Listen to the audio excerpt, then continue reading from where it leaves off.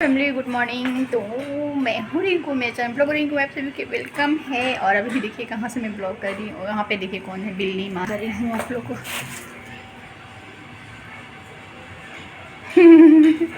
तो अभी मैं जा रही हूँ, कहाँ जा रही हूँ, तो जा रही हूँ हॉस्पिटल। और हॉस्पिटल क्यों जा रही हूँ वहाँ चल के आप लोग को पता चल जाएगा। देखती हूँ, बहुत दिन से ये चीज़ मेरे पेंडिंग पड़ा हुआ है और बहुत ज़रूरी भी है, पर बहुत बार गया नहीं हो पा रहा है। खुद से भी ट्राई की, नहीं हुआ। अब देखती हूँ जा कर के वहाँ पे मेरा होता है या नहीं। बता ही देती हूँ, मेरा ये जो कान का छेद बहुत बड़ा हो गया था ना, तो चिपकाने से नहीं हुआ, कुछ भी नहीं हुआ। बहुत सारे यूट्यूब से सर्च किए थे और बहुत ज़्यादा बड़े हो गए हैं। तो देखती हूँ वहाँ पे सर्जरी होता है। तो वही अभी 10 बज रहे हैं, 10 बजने वाले हैं, 10 नहीं बजे हैं।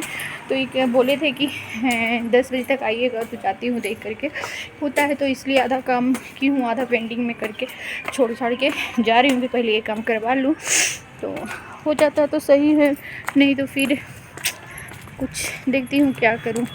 बहुत ज़्यादा बड़े हो गए हैं मेरे, इतने कान के लोड कम है ना, इसलिए चलिए चल कर के फिर आप लोग से मिलती हूँ।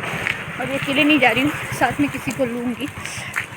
पास में ही है सदर हॉस्पिटल, सरकारी हॉस्पिटल है, तो एकदम पास में है। चलिए चल के दिखाती हूँ। यहाँ से लेना होगा ना।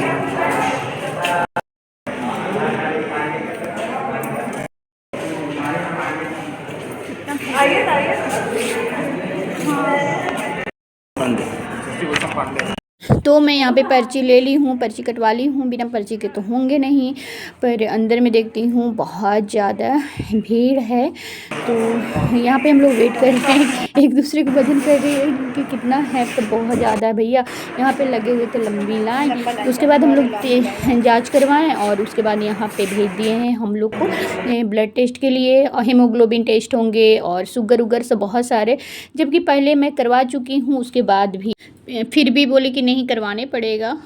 तो हम लोग यहाँ बैठे हैं, स्टिच हो जाएगा, ये श्योर है। पहले उससे पहले कुछ जांच लिखा हुआ है, तो जांच के लिए 1 घंटा से बैठे हुए हैं। तो देखते हैं, मेरा नंबर आने ही वाला है। और 12 से ज़्यादा हो गया, हम लोग 11 बजे आए थे। चलिए देखती हूँ होता है कि नहीं। अभी मैं आ गई हूँ हॉस्पिटल में। आने के बाद जल्दी से मैं नहाई हूँ, क्योंकि हॉस्पिटल माता रानी ना करे कि किसी को जाने पड़े।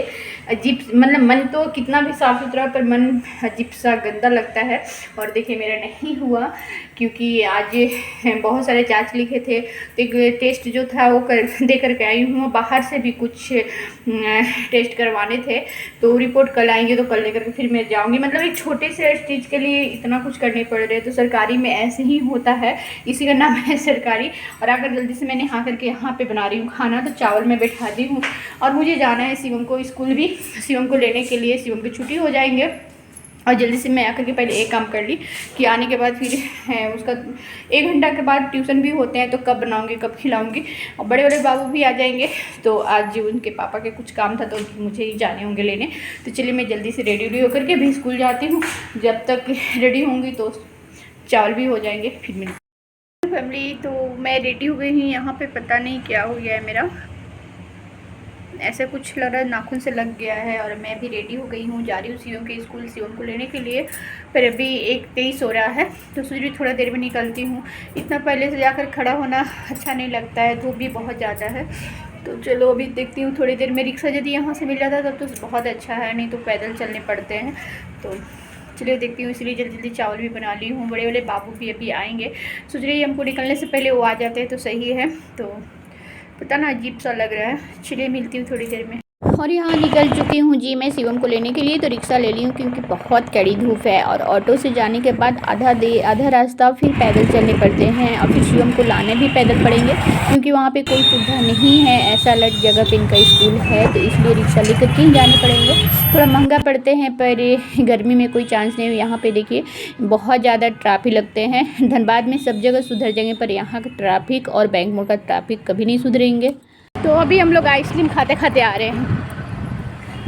हम जब भी लेने जाते हैं ना, तो खट्टा ही पड़ता है। मम्मी से कुछ ना कुछ शिवम को खाना होता है, पापा से नहीं खाना होता है।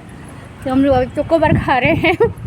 बहुत ज़्यादा धूप भी है, गर्मी भी है, बस पहुंच गई घर। यहाँ रिक्शा से उतर गई थी, नीचे बहुत ढलान है, तो भैया को बोले कि भैया आप नीचे मत जाइए, बहुत चढ़ाव चढ़ना पड़ेगा, हम लोग थोड़ा सा पैदल चल लेंगे, किसी का कष्ट बुझना चाहिए।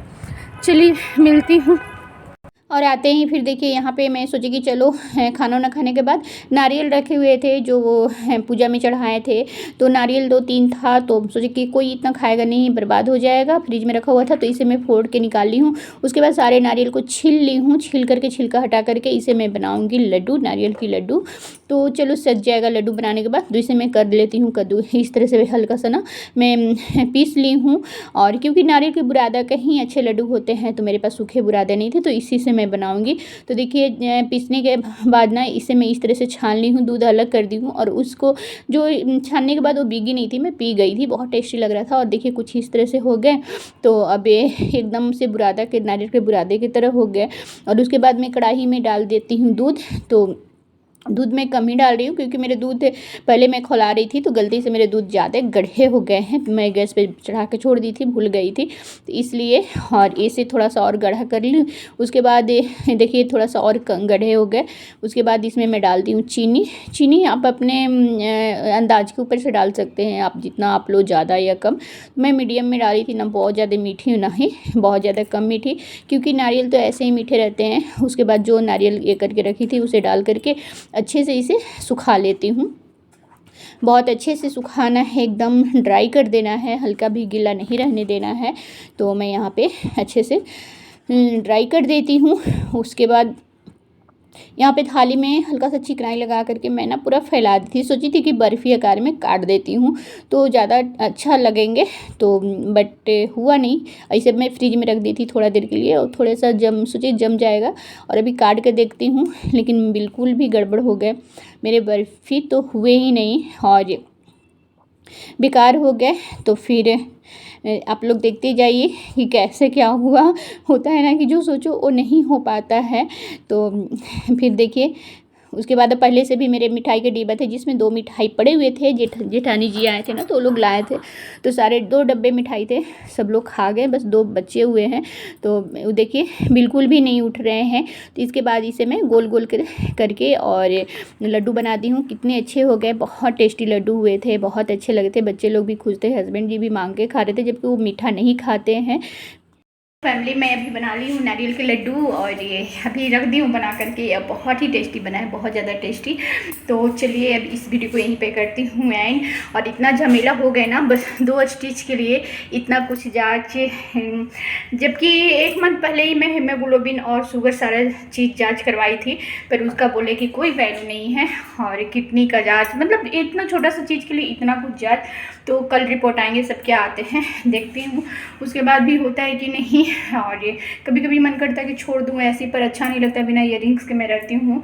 तो चलिए इस ब्लॉग यहीं करती हूँ एंड। आई होप कि अच्छे लगे हो तो लाइक शेयर एंड सब्सक्राइब। मिलती हूँ फिर अच्छे से ब्लॉग के साथ, तक बाय बाय, टेक केयर।